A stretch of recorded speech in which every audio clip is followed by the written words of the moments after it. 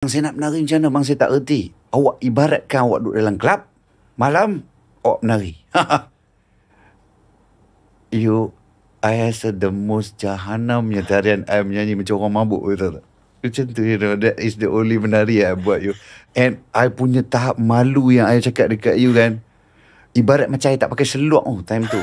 Punya malu I tu. Muka I jangan kata merah, you ambil rokok letak menyala tu. Panas.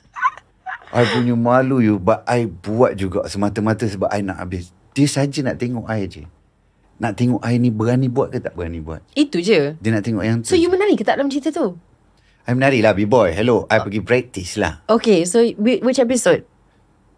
Almost few episode I menari. Even the last episode pun I menari lah. Okay, last episode I kena pergi check balik. Okay. And then Okay, silakan. And then I tak erti menari.